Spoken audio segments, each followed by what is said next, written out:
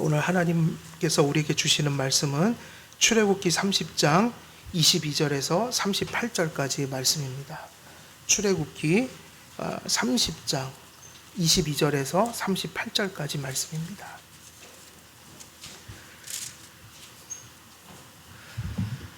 제가 봉독해 드리도록 하겠습니다.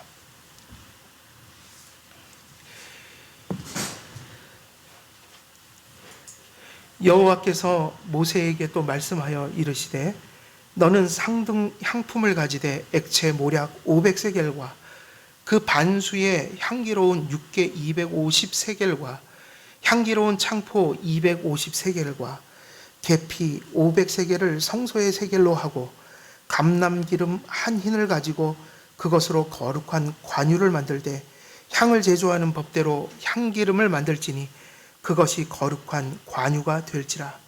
너는 그것을 회막과 증거계에 바르고 상과 그 모든 기구이며 등잔대와 그 기구이며 분향단과 및 번제단과 그 모든 기구와 물두멍과 그 받침에 발라 그것들을 지극히 거룩한 것으로 구별하라.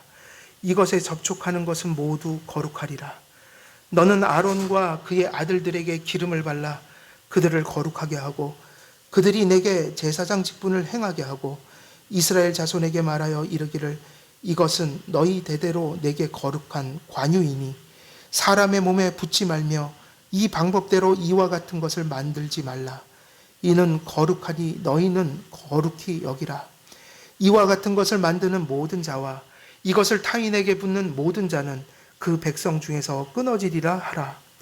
여호와께서 모세에게 이르시되 너는 소합향과 나감향과 풍자향의 향품을 가져다가 그 향품을 유향에 섞되 각기 같은 분량으로 하고 그것으로 향을 만들되 향 만드는 법대로 만들고 그것에 소금을 쳐서 성결하게 하고 그 향 얼마를 곱게 찌어 내가 너와 만날 회막안 증거계 앞에 두라. 이 향은 너희에게 지극히 거룩하니라. 내가 여호와를 위하여 만들 향은 거룩한 것이니 너희를 위하여는 그 방법대로 만들지 말라. 냄새를 맡으려고 이 같은 것을 만드는 모든 자는 그 백성 중에서 끊어지리라. 아멘. 오늘 출애굽기 30장 22절에서 38절까지 말씀 중에 관유에 관련된 말씀 또 이어서 계속 전하도록 하겠습니다. 우리가 지난 시간에 오늘 모이신 분들은 지난주에 계시지 않았는데 다 기억하고 계시죠? 내용들을 지난 시간에 설교했던 내용들 요약하면 이 오늘 주어진 본문은 두 가지가 설명되어 있어요. 하나님께서 두 가지를 명령하셨다. 근데 그것은 향과 관련된 거였다. 하나는 관유요, 하나는 뭐였죠? 향이었죠.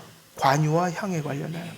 지난 시간에는 관유에 대한 설교를 하다가 이제 시간이 부족해서 또 오늘 이어가는 겁니다. 관유는 무엇을 의미하는가? 관유는 사실은 거룩을 의미하고 그 거룩을 가능하게 하시는 성령을 의미하는 거예요. 그래서 관유를 붓는 기름이다. 그래서 관유는 붓는 일과 관련이 되어 있는 거죠. 그래서 이 관유를 왜 만드셨는가?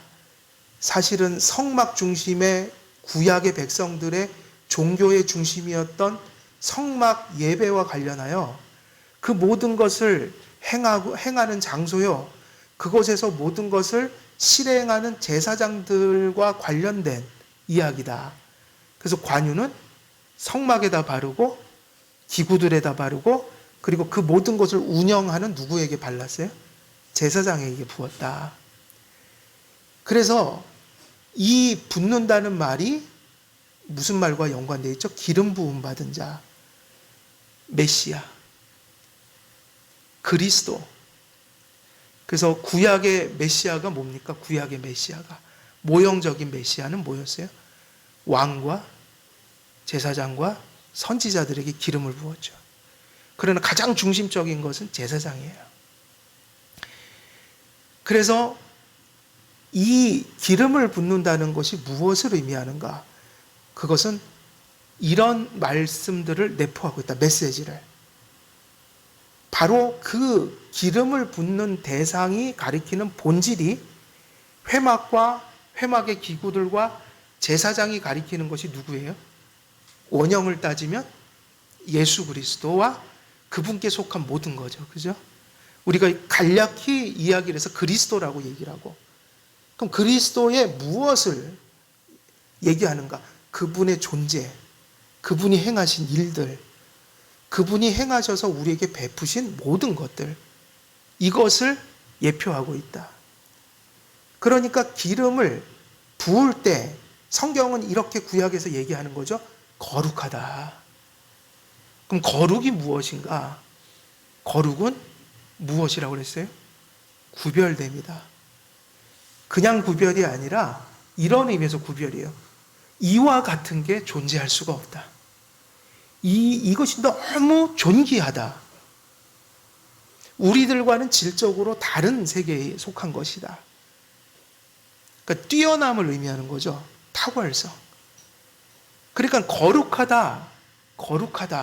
거룩하다라는 얘기는 관유를 부을 때 이 관유가 가리키는 것이 어떻다는 거예요? 관유가 가리키는 분과 관유가 가리키는 그 내용이 지극히 대단하다. 그 앞에서 두려움과 사모함을 가지고 그 대상을 대하라. 그래서 거룩한 그 관유는 그걸 부음으로 거룩한 존재의 실체를 드러낸 거죠. 그리고 그 대상에 대해서 그 대상을 대하는 백성들에게 무슨 교훈을 주고 있냐면 그 대상을 존귀히 여기라, 소중히 여기라. 그래서 이스라엘 백성은 구약 시대에 제약된 예표 안에서 예수님을 바라봤기 때문에 실제로 관유를 물건에 붓고 물건들을 통해서 그리스도를 바라보는 이런 형태가 나타났지만, 이제 신약에서는 성막도 사라지고 제사장, 왕, 선지자 직분도 이제 그리스도 안에서 성취되어 버렸다. 예수께서 기름 부음 받은 자인 것을 알게 되었고, 그리고 그 안에서 하나님을 감사로 섬기는 백성으로서 그 교회가 기름 부음 받은 자들이란 말이에요. 그래서 한때 기름 부음 받은 것을 자의적으로 해석했어요. 성경적 신학적인 해석이 아니라 자기들 멋대로 해석을 해서 찬송 부르다가 무슨 자기의 느낌이 뭐가 오면 기름 부음을 받았다고 막 그렇게 하면 큰일 나는 겁니다. 기름 부음 받은 자는 그런 우리들의 그런 사소한 경험들을 지시하기 위해서 성경에 써놓은 게 아니에요. 예수 믿고 성령 받고 성령의 지배를 받고 사는 삶이 기름 부음 받은 삶이에요. 그 열매는 하나님의 말씀을 믿는 신앙 속에 본질이 있다.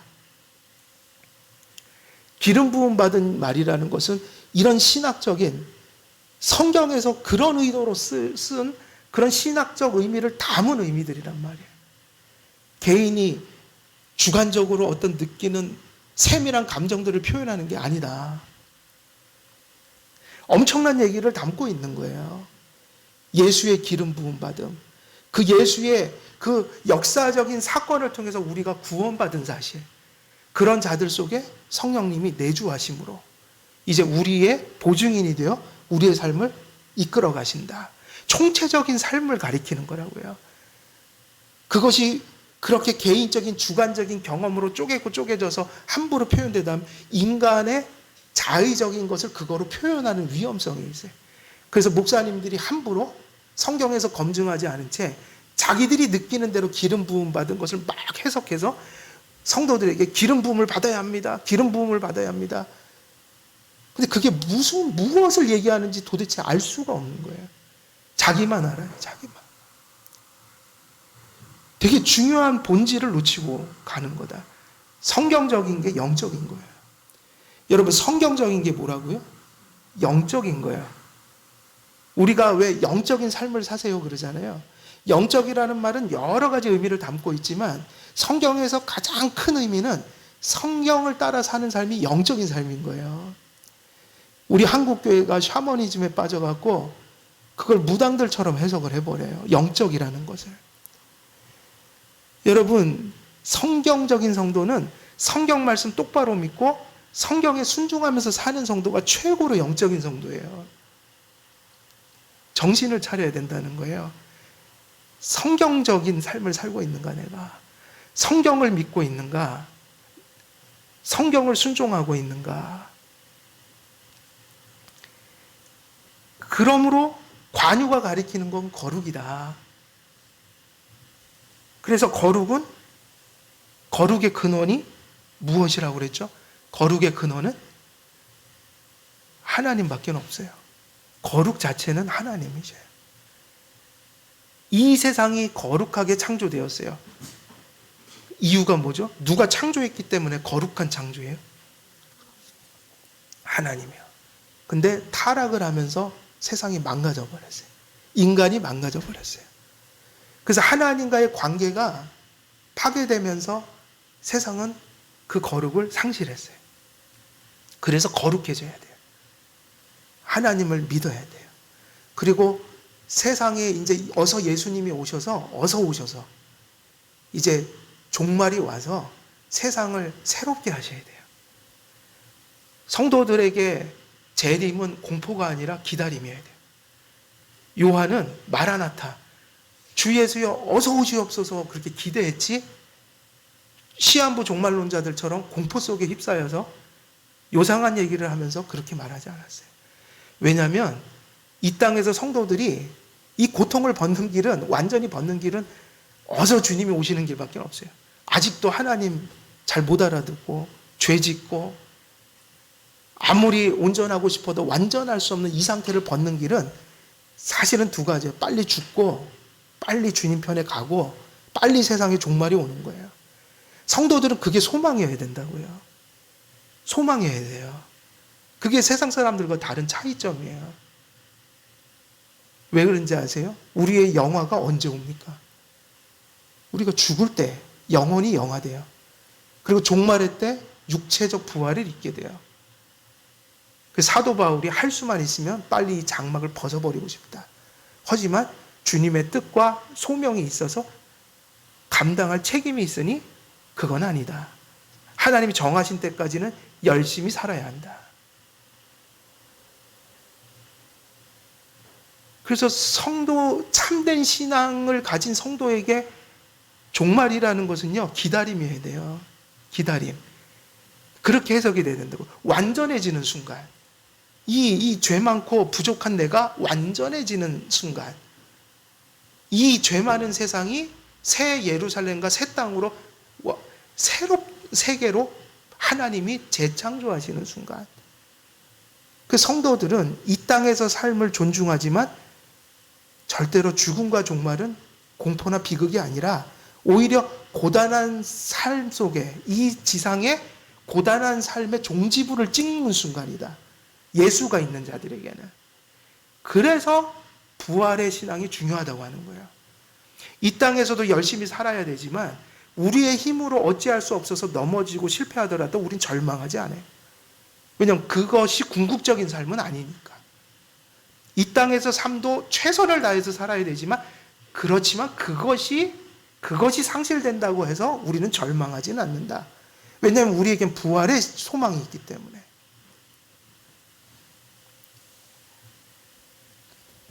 그래서 거룩이라는 것은 하나님의 속성과 하나님의 성품과 그분의 완전하고 무한한 권능에서 나타나는 그 탁월함, 그게 거룩이라는 거예요.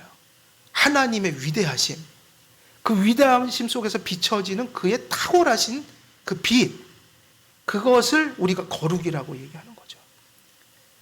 그것이 지난 시간에 전했던 내용의 핵심인 겁니다.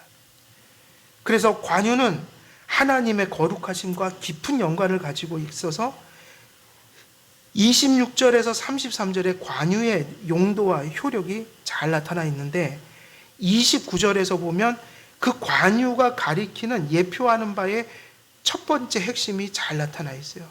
그러니까 거룩과 성령이라고 할 때 거룩, 이것을 잘 표현해 주고 있다. 29절 우리 같이 읽어볼까요? 29절 시작. 그것들을 지극히 거룩한 것으로 구별하라. 이것에 접촉하는 것은 모두 거룩하리라.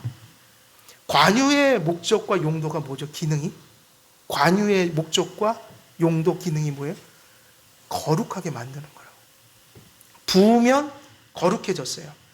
그리고 심지어 그렇게 거룩하게 된 것들은 누군가 그렇게 거룩하게 관유로 부어진 것을 만지면 그 만진 것도, 접촉하는 것도 어떻게 돼요? 거룩하게 되었다. 관유는 바로 이 거룩을 일으키는 거였어요. 그것을 예표하는 거였어요. 하나님께서는 관유를 회막과 성막에 있는 기구들에, 그리고 제사장들에게 붓거나 바르라고 하셨습니다. 그 이유는 이렇게 함으로 그것들이 지극히 거룩한 것으로 구별되었기 때문이에요. 그래서 29절에 지극히 거룩한 것으로 구별하라. 어떻게 해요? 관유를 부음으로 해서.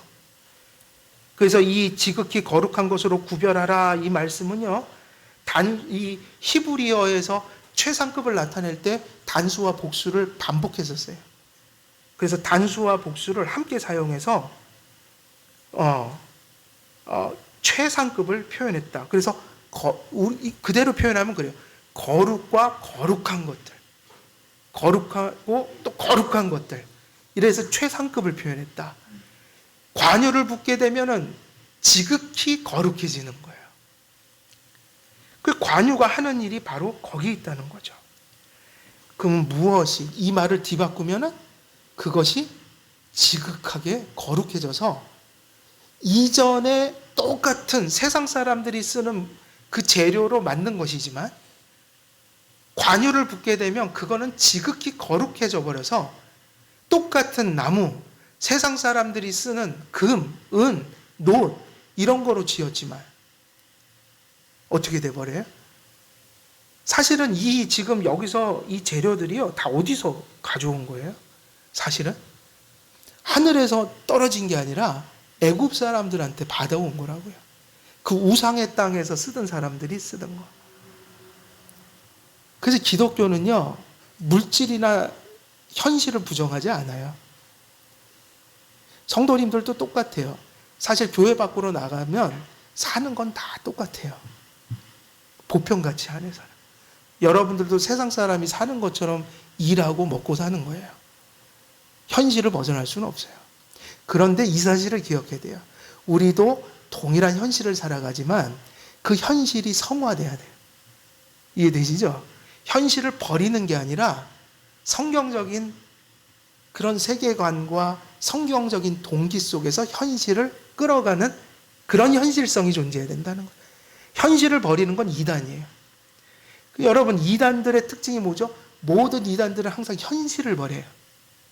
현실을 버리는 게 그렇게 어려운 일 아니에요. 가장 간단한 길이에요. 경건이 현실을 버리는 거라면 되게 간단해요. 그냥 산으로 들어가 버리면 돼요. 근데 신앙이 어려운 거는 현실 속에서 경건을 실천해야 하기 때문에 어려운 거예요. 그래서 산 속에 소금이 되라, 빛이 되라 그러시지 않고 세상 속에 들어가서 소금이 되고 빛이 되라. 외양은 똑같이 살아가는 거예요. 우리들도 현실이 부정할 수 없는 되게 중요한 어떤 삶의 일부인 거예요. 근데 어려운 것이 뭐냐면 그 현실이 성화돼야 된다. 세상 사람들과 똑같은 모습으로 살아가지만 다른 생각으로 살아간다. 그게 뭡니까? 애굽에서 가져온 것이고, 지난 설교 시간에 말씀드린 것처럼 이 관유는 너무너무 비싸고 구하기 힘든 거라서 광야에서 나지 않는 거예요. 다 아프리카나 아라비아에서 대상들이 우리나라 꼭 그 보부상들이 짐 이렇게 메고 다니는 것처럼 낙타에다가 말에다가 싣고 다니면서 파는 거를 힘겹게 구한 것들이라고요. 세상 사람들이 쓰는 것을 똑같이 가지고 만들었으나 관유를 붓는 순간 그것이 어떻게 됐어요? 거룩하게 됐다. 구별이에요. 관유가 부어지면 거룩해지는 거예요. 그 세상에 똑같은 재료를 가지고 만든 게 어떻게 거룩해졌는가? 하나님 말씀대로 만들었기 때문에. 간단하죠? 성경 보면 출애굽기에서 계속 힌트를 줘요. 왜 거룩할까? 왜 거룩할까? 꼭 그렇게 말씀하진 않아요. 요래서 요랬다. 근데 성경 보면 너무나 많이 힌트가 있어갖고 누구나 정상적인 신앙을 가졌으면 성경 읽다 다 깨달아요. 성막이 인간들이 사용하는 재료로 똑같이 만들었는데 왜 거룩해진 걸까? 우리들이 사는 모습도 세상 사람들과 별다를 건 없는데 왜 우리가 사는 삶은 성도의 삶일까? 그거는요, 말씀 때문이에요. 성경에 보면 끊임없이 말씀대로 하나님이 명령하신 규례대로, 식양대로, 그리고 말씀대로 만들어 놨을 때 관유를 붓고 바르면 어떻게 됐어요? 거룩하게 됐다.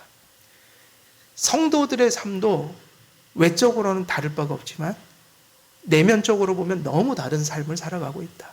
왜냐? 그들의 삶의 동기는, 토대는 사도와 선지자들의 성경 말씀이 거룩하게 하고 그 말씀을 깨닫고 믿게 하는 분이 누구예요? 듣는다고 되는 게 아니에요. 1000번을 들어도 못 깨닫는 사람은 못 깨달아요. 성령의 내적 역사가 없으면. 신학교 교수도 될 수 있어요. 성경을 연구하는 교수인데 구원을 못 받는 사람들도 있어요. 매일 밥만 먹으면 성경 연구하는데 구원을 못 받아요. 사실은 중요한 거를 못 깨달아요. 이유가 뭐냐? 성령님이 없기 때문이에요. 성도는 말씀으로 거룩해지고 말씀을 깨닫고 믿게 하시고 행하게 하시는 능력이 되시는 성령님이 우리를 거룩하게 하신다. 그래서 구약시대 때 말씀대로 성막을 짓고 제사장을 세우고 기구들을 만들고 그리고 거기다가 관유를 부었기 때문에 어떻게 되는 일이 벌어졌어요? 구별이 돼버렸다. 이게 뭡니까? 거룩해졌다. 하나님이 거룩하고 그 하나님을 믿는 백성들이 거룩하게 된다. 그 거룩의 핵심은 구별됐다는 얘기예요. 구별돼 버렸다. 피조물이 아니신 하나님 구별되셨죠? 유일하게 지옥에 갈 인생들을 구원하실 수 있는 그 하나님 구별되죠. 그리고 그분을 믿고 순종함으로 그분 안에서 살아가는 예배와 삶을 통해서 구별돼 버린 성도. 그래서 하나님과 교회는 거룩하다. 하나님은 거룩의 근원이고 우리는 하나님께 속함으로 거룩해진 거죠. 그러므로 관유를 바른 것은 거룩하게 하는 것이므로 하나님께서 명령하신 것 외에 일반적인 용도로 사용할 수가 없었어요. 이것이 중요한 거예요. 하나님이 명령하신 대로만 써야 된다. 그걸 벗어나면 구약의 그 모든 예표들은 예표였고 그림자였기 때문에 하나님 말씀 떠나면 아무 소용이 없는 거야. 그래서 심지어 하나님이 성전도 버리셨어요. 예수님 오실 때. 성전을 섭리 가운데 부셔버리셨어요. 로마 시대 때 몇 년이에요? 70년이죠. 그죠? 기원 후 70년에 로마의 병사들을 통하여 성전을 허물어 버리셨어요. 성전의 시대가 끝나버렸다. 그림자를 붙들고 예수를 바라보지 않는 사람들. 그리고 예수님이 오심으로 이제 더 이상 그림자가 필요 없다. 이제 끝. 성막 이제 끝. 그만 져라.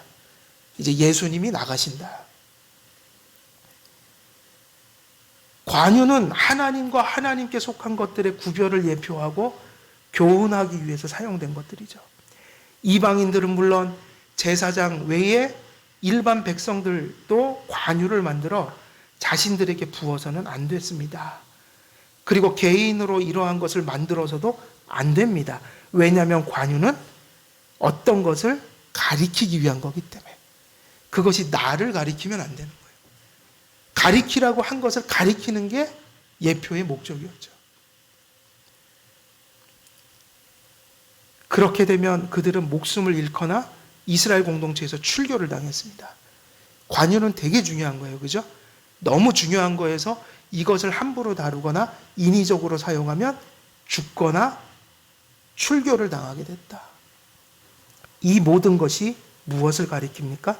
이런 것을 가리켜 거룩이라고 얘기하고 구별됨이라고 얘기하는 거죠. 하나님께로부터 구별되어 그분께 속한 것을 구별하지 못할 때 저주가 임합니다.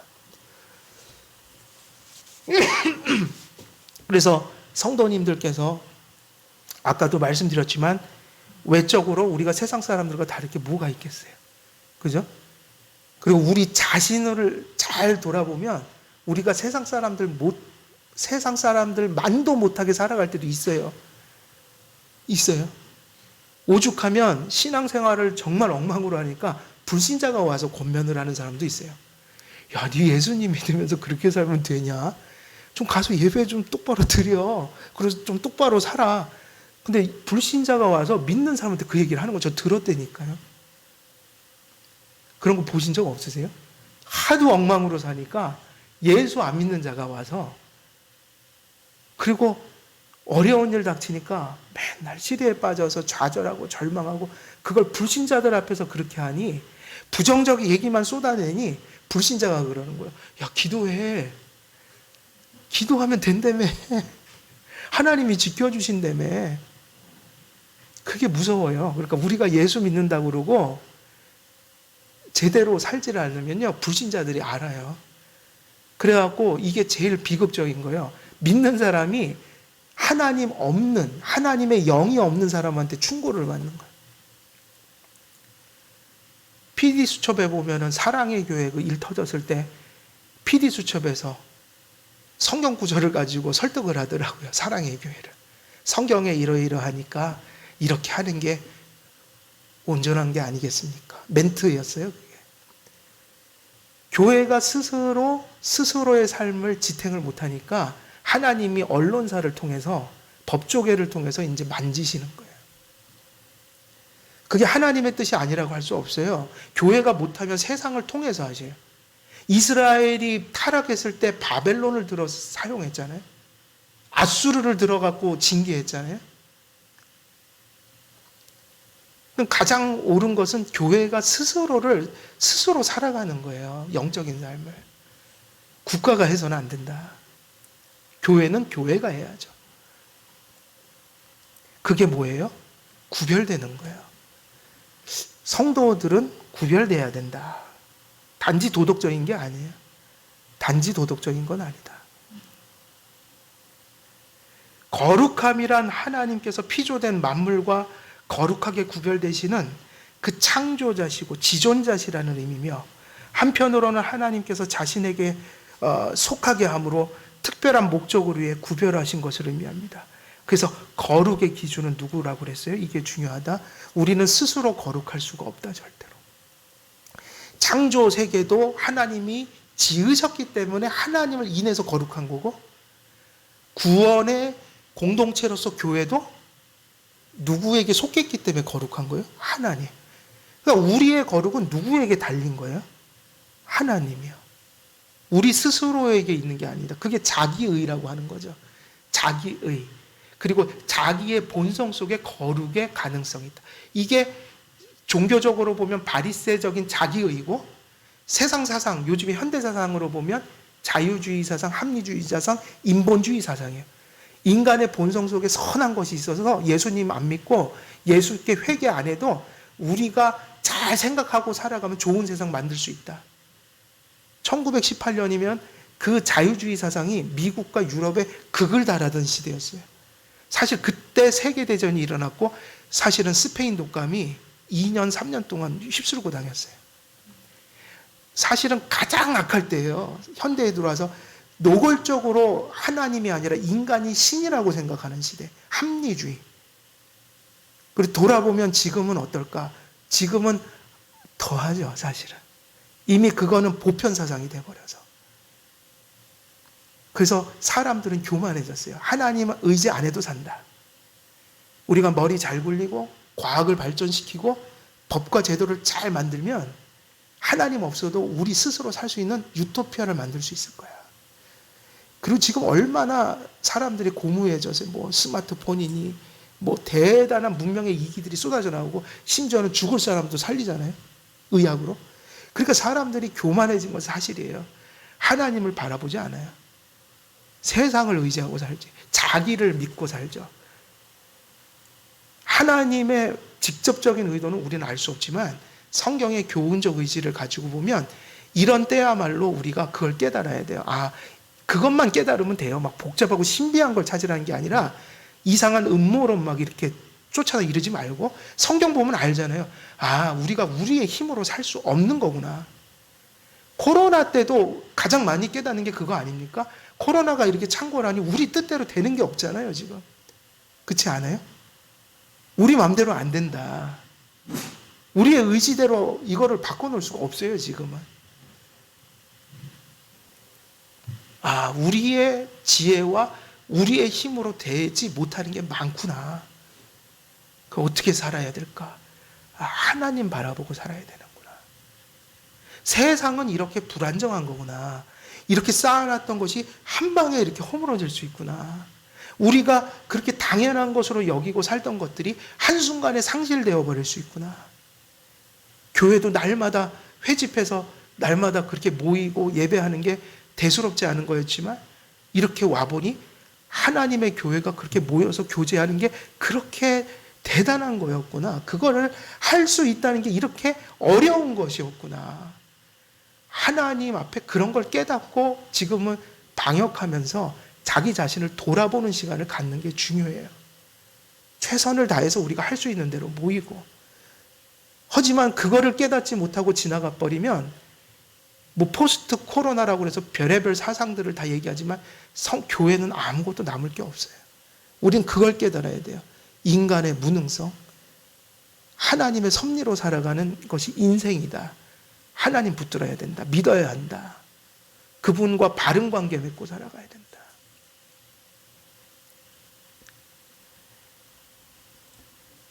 관유는 평범한 사물이 거룩하게 되는 이치를 가르칩니다. 하나님께서 명령하신 성막과 회막과 그 안에 모든 기구들을 포함해서 그 안에서 그 기구들을 통해 제사하며 섬기는 제사장들 모두 평범한 사람들이요 사물들이었습니다. 많은 기구들이 화려한 금으로 도금되었고 그러나 그 안에 기본 재료가 뭐예요? 거의 대부분이 금은으로 화려하게 장식되어 있지만 대부분의 기초는 아카시아 나무였어요. 아카시아 나무는 뭐냐? 광야에서 가장 흔한 관목들의 그 종류로서 가장 그 광야에서 흔하게 발견되는 값싼 목재료였어요. 광야에서 흔히 자라는 그 물질로 된 그리고 금으로 덮여 있더라도 그 금 자체가 세상이 사용하는 금과 다를 바가 없었던 그것이 그렇게 구별되는 시점은 무엇이었을까요? 그것이 하나님께 속하게 되는 순간이었어요. 그 속하게 된다는 것은 나무가 무슨 인격이 있고 영혼이 있어서 속하는 게 아니겠죠?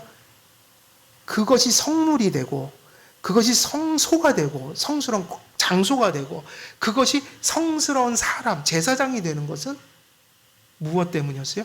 하나님의 말씀대로 세워질 때, 명령대로, 식양대로, 그리고 거기에 무엇이 부어질 때?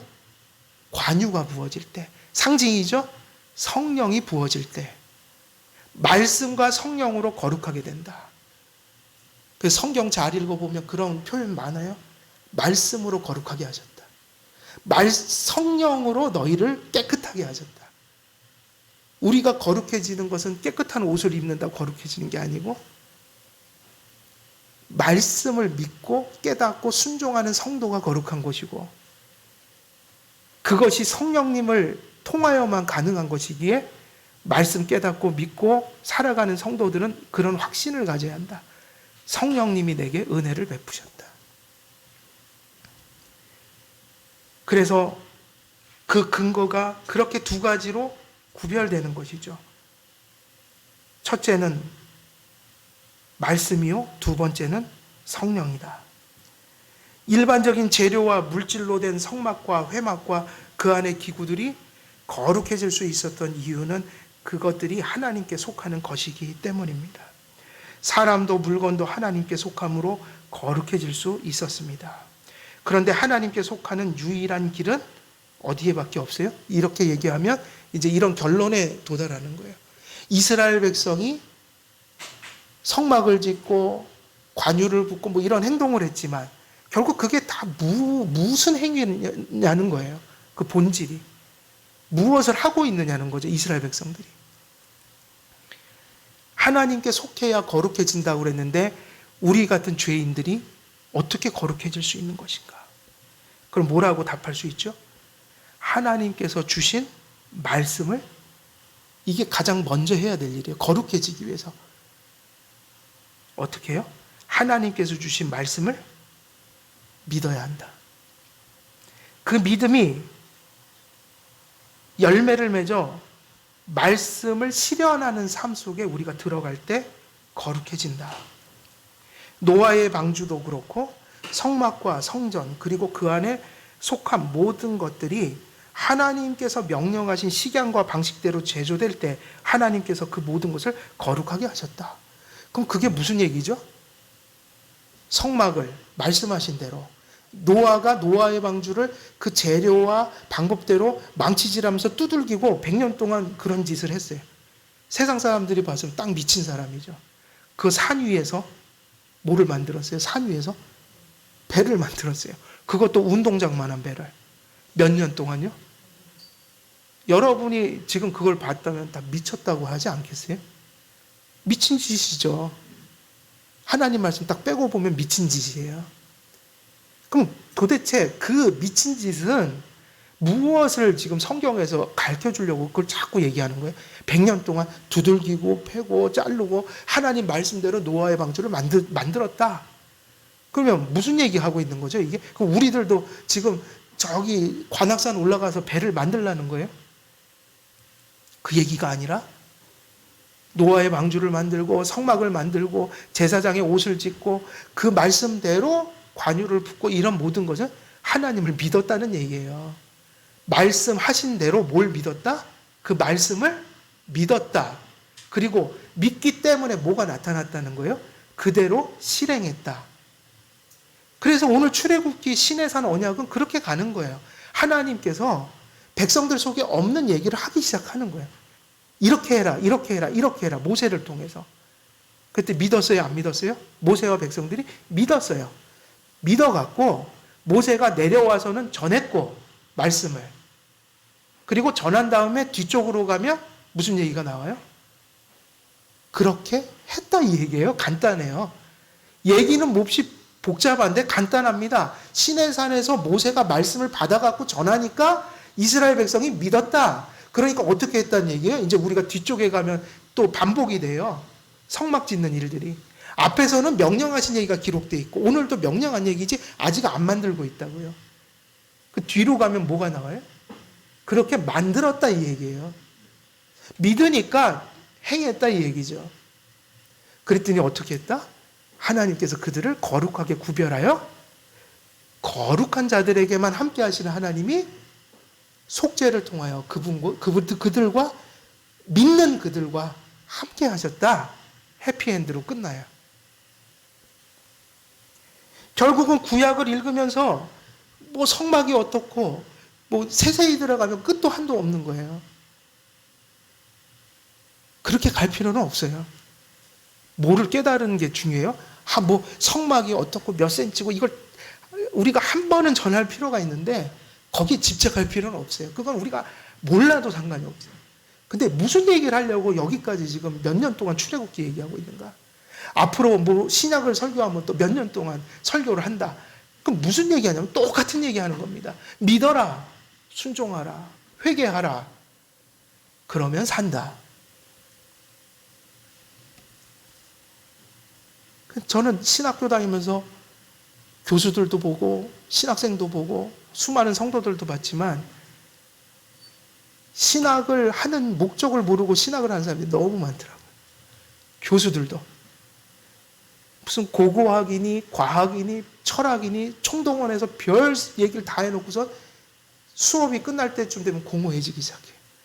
그럼 지금까지 무엇을 위해서 그런 얘기를 했는데 물으면 답을 못해요.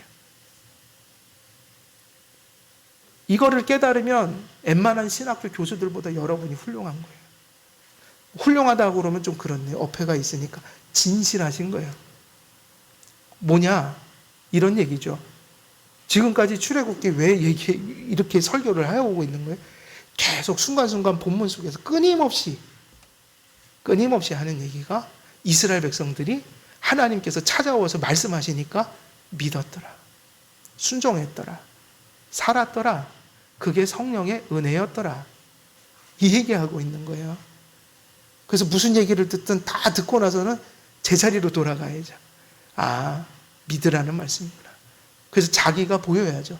오늘도 신앙으로 살았는가? 말씀을 쫓아가고 있는가? 내 생각대로 살아가는가? 그러면요, 설교했던 내용 중에 지식적인 거, 뭐 세세한 거 이거는 잊어버리게 돼 있어요. 그래도 꾸준하게 강해 설교를 하면 더 많이 기억하시더라고요. 반복이 되니까. 근데 잊어버려도 상관없어요. 물두멍이 뭐 얼마 났고, 예? 뭐 번제단이 얼마 났고, 이거 잊어버리셔도 돼요. 한 가지만 기억하면 돼요. 아, 이스라엘 백성들이 그렇게 믿었구나. 그걸 이렇게 표현해 주셨구나. 오늘도 이 성경을 읽으면서 믿어야지. 그게 중요한 거죠. 말씀을 믿고 순종하는 의미를 모든 본문들이 함축하고 있어요. 예배도 하나님의 어떻게, 그러면 답이 나와야죠. 예배도 어떻게 드리는 게 합당해요? 하나님의 말씀대로. 하나님이 정하신 대로. 삶은요, 생활도 간단해요. 단순해요. 진리는 복잡하지 않아요. 성경 말씀대로, 그의 뜻대로 살아가자. 거룩은 바로 하나님의 말씀을 믿는 것으로부터 시작한다. 어떻게 거룩해지는가? 믿음이에요.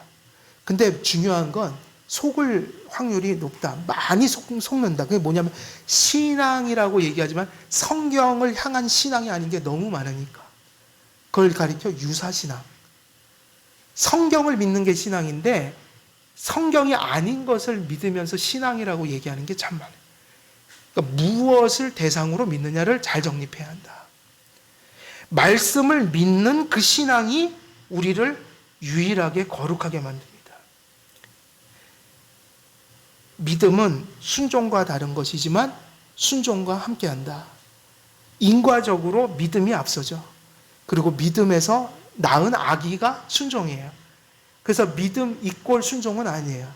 믿음이 본질이고 믿으면 순종하게 돼요. 하나님께서는 말씀하시고 인생은 그 말씀을 믿음으로 하나님과 연합할 수 있고 순종함으로 그와 교제할 수 있습니다. 믿음이 낳은 순종은 하나님을 향한 사랑을 의미합니다. 그래서 성경은 믿음이 사랑과 일치하진 않는 거예요. 근데 아까 순종을 얘기했듯이 믿음에서 뭐가 나오니까 사랑을 강조해요? 사랑이 나오니까. 그런데 성경은 그 믿음이 낳는 순종을 가리켜 사랑이라고 얘기하고 있어요. 여러분, 하나님 사랑하십니까? 물으면 이게 아직도 정립이 안 돼 있는 분들은 헷갈립니다, 이게. 왜냐하면 사변적으로 들어가니까 헷갈려요. 왜냐하면 사변적으로 들어가면 사랑은 답이 없어요. 성경에 사랑을 디피니션 해놓은 게 있어요, 없어요? 사랑은 이거다. 저는 다 찾아봤는데 없어요, 성경은. A는 B다 이런 식이 아니에요. 디피니션이 없어요. 철학자들은 그거를 이래저래 다 정의해 놓지만 각자가 다 달라요. 사랑은요, 정의된 적이 없어요. 그래서 믿음을 가진 자만이 알게 돼요. 믿음을 가지니까 믿음이 맺은 열매를 통해서 출원할 수밖에 없어요. 사랑은 그래서 말로 할 수 있는 게 아니에요. 믿음을 가진 실존적인 삶 속에서 나오는 거예요. 실제적인, 그 실제 속에서. 근데 하나님 사랑하는 게 뭘까? 하나님 사랑하는 게 도대체 무슨 뜻이지? 참 복잡해지는데 성경을 보면 간단하게 말씀하셨어요. 하나님 사랑하는 그 가장 중요한 증거를 표현해 주셨다. 그 하나님 사랑하는 성격이 무엇인지를 성경은 얘기하고 있다. 하나님을 사랑한다는 것은 그분을 믿음으로 순종한다는 말로 바꾸어 말할 수 있어요. 오늘 바로 이 본문이 가리키고 있는 그 두 가지 요약이에요. 말씀을 믿고 순종하는 거, 거룩해지는 길이다. 하나님 사랑을 생각할 때 많은 사람들이 센티멘탈하게 생각해요. 아주 인간적인 사랑, 아주 그 감정적인 사랑을 생각해서 교회는 얼마든지 노력을 하면 교회에 찾아온 성도들의 감정을 조작해서 눈물도 흘리게 만들 수 있고 스스로 하나님을 잘 사랑하고 있다는 착각을 불어넣을 수도 있어요. 분위기를 만들어서. 근데 성경은 그렇게 표현하지 않았어요. 뭐라고 얘기했냐면 이렇게 말씀하세요. 요한복음 14장 21절에 보면 나의 계명을 가지고 지키는 자라야 나를 사랑하는 자니. 이 계명은 포괄적인 건데 결국은 뭐를 가리켜요? 말씀이에요. 성경이에요. 나의 계명을 가지고 지키는 자라야 뭐죠? 나를 사랑하는 자니. 나를 사랑하는 자는 내 아버지께 사랑을 받을 것이요 나도 그를 사랑하여 그에게 나를 나타내리라. 요한 1서 2장 5절을 보면 이렇게 기록되어 있어요. 누구든지 그의 말씀을 지키는 자는 하나님의 사랑이 참으로 그 속에서 온전하게 되었나니 이로써 우리가 그의 안에 있는 줄을 아노라. 뭐라고 그랬죠? 뭐를 지키는 자가 하나님 사랑하는 거예요? 하나님 말씀이요. 다른 것에서 찾지 마세요. 이게 사랑의 가장 진실한 모습이에요.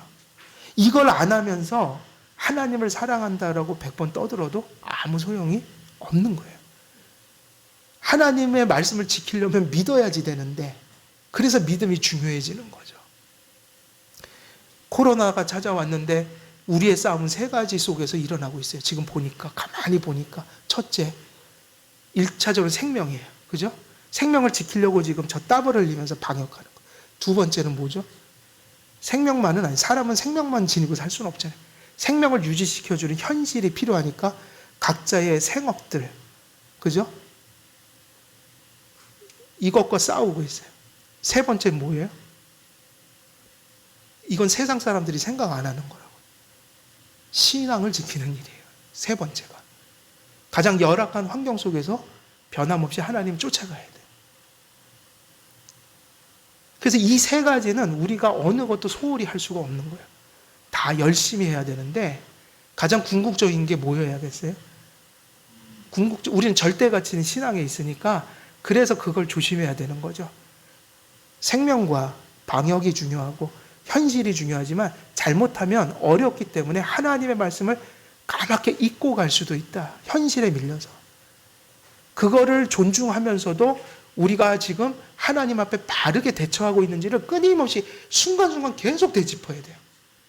왜냐하면 지금 우리의 대처는 구체적인 것들이기 때문에 실수도 있을 수 있고 다 답을 가지고 막 그저 정해진 길을 가는 게 아니라 처음 가보는 길을 가고 있기 때문에 끊임없이 물어야 되는 게 이거예요. 끝에 가서는 다 좋은데 이게 하나님의 말씀에 부합한 것일까?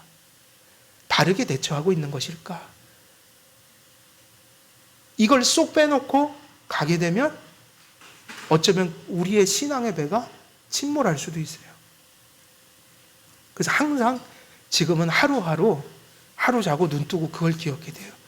한 번도 판단해보지 않은 결정을 내려야 되는 것이 수없이 다가오고 있다. 나는 결정하기 싫은데 결정을 해야만 해요. 괴로워요, 그게. 지금 여기까지도 오면서 우리가 몇 번을 이게 지금 공지가 바뀐지 몰라요. 그 순간순간 대처해 가고 있다고요. 근데 그게 하나님 말씀에 부합한 것인지 다 자신 있을 수는 없어요. 끝나고 돌아봐야 되는데 그 순간순간이 고민의 시간이 돼야 된다고요. 편하게 결정 내리는 게 아니라 진땀을 흘리면서 하나님 앞에 물으면서 주저하면서 결정을 내리고 가야 돼요. 어느 순간이나 하나님을 사랑하는 것은 그런 모습 속에 있는 거예요. 누구든지 그의 말씀을 지키는 자는 하나님의 사랑이 참으로 그 속에 온전하게 되었나니 이로써 우리가 그 안에 있는 줄을 아노라.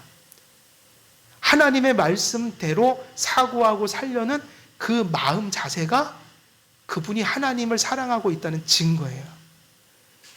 그분의 말 속에 행위 속에 현실적인 모든 삶 속에 말씀은 간 곳이 없어진다면 그는 하나님을 사랑하지 않는 자인 거예요. 세상에 내재적으로 본래적으로 거룩한 것이 있을 수 없기 때문이에요. 그렇게 생각한다면 그게 바로 뭐냐면 합리주의예요.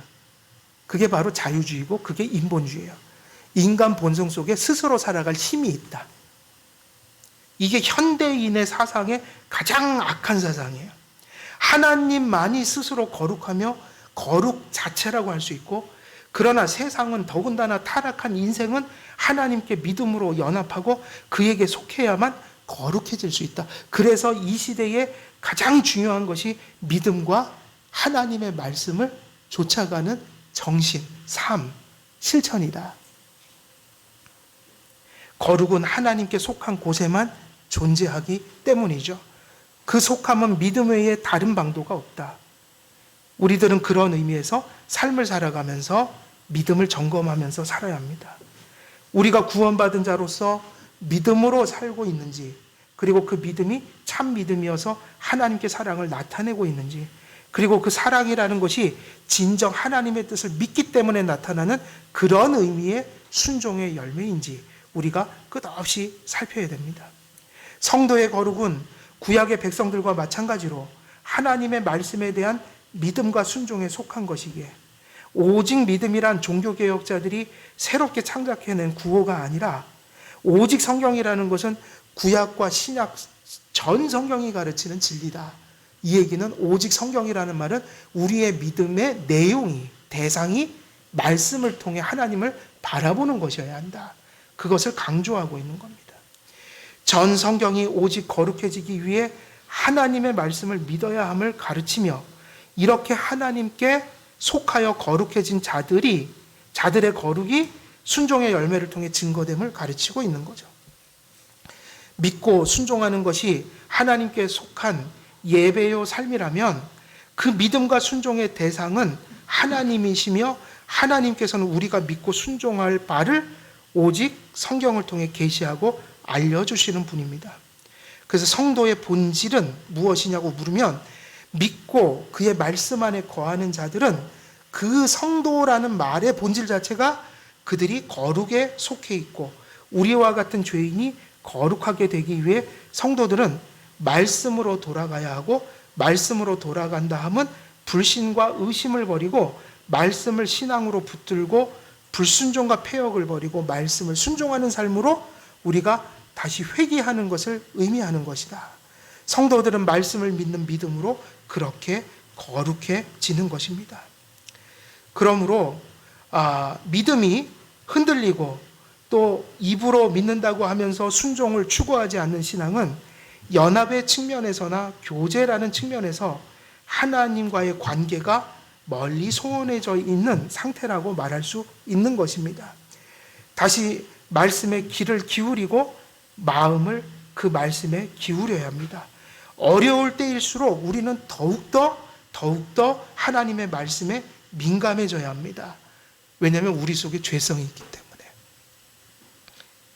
믿음으로 그리스도께 속할 때 하나님께서 우리를 거룩하게 하시며 거룩히 구별된 존재로 여겨주신다는 것이 중요한 것입니다. 그래서 하나님의 말씀대로 이스라엘 백성들이 모든 외형적인 그리스도의 모형들을 제작했지만 최종적으로 그리고 그들의 거룩이 유효하게 되는 시점은 언제였어요? 말씀대로 모든 것을 행했다, 믿고 그것이 성막이나 제사장이나 그 성소가 거룩해지는 이유였다면, 이것이 이제 우리가 오늘 설교의 핵심이었어요. 말씀, 그것을 믿는 믿음, 그리고 그것을 쫓아가는 삶의 열매. 근데 성경은 말씀대로 지어 놨다는 것으로 끝나지 않고 이제 어디로 이어져요? 뭐를 부었다? 말씀으로 다 만들어 놓은 것을 뭐를 부었어요? 관유를. 그래서 이제 두 번째 거룩해지는 요소가 나오죠. 말씀으로 거룩해지지만 말씀으로 거룩해지는 건 무엇과 함께 가능한 거예요? 관유가 뭐냐면 성령님의 역사인 거예요. 말씀을, 그러니까 쉽게 말하면 말씀을 읽고 들을 때 누구의 역사가 없으면 구원도 열매도 맺혀지지 않아요? 성령님의 역사. 그래서 장로교회는요, 성령을 강조하는 곳이에요. 바르게, 이상하게 강조하는 게 아니라 똑바르게 성경대로 성령님을 무지 강조합니다. 개혁교회는 성령을 무지 강조해요. 그게 오늘날 많은 오해들을 이게 전환해야 되는 곳이기도 해요. 정말 칼빈이나 종교개혁자들은 성령의 사람들이었어요. 그걸 어떻게 증명하느냐? 말씀의 사람들이었기 때문에. 왜냐? 말씀에 대한 믿음과 열매는 성령의 역사를 통하지 않고는 나타나지 않는다. 그래서 오늘은 여기까지 말씀을 맺고 다음 주에는 이제 어디로 다시 넘어가게 되겠어요? 말씀대로 거룩해졌다, 이스라엘 백성들이. 말씀대로 지었다 이거겠죠. 만들었다, 세웠다. 근데 반드시 이걸 부어야 한다. 관유. 그것은 말씀과 성령이 함께 하신다는 거예요. 분리될 수 없다는 거예요. 그래서 거룩은 말씀으로 거룩해지고 성령으로 거룩해진다. 오늘 말씀을 전한 대로 우리 한길교회 모든 성도님들은 참 진리인 성경을 온전히 진실되게 사모하는 마음으로 믿고 또 따라감으로 여러분들이 하나님께 속하여 거룩해지는, 거룩히 세상과 구별되는 큰 복을 받아 누리시기를 주 예수 그리스도의 이름으로 축원드립니다. 기도하겠습니다. 살아계신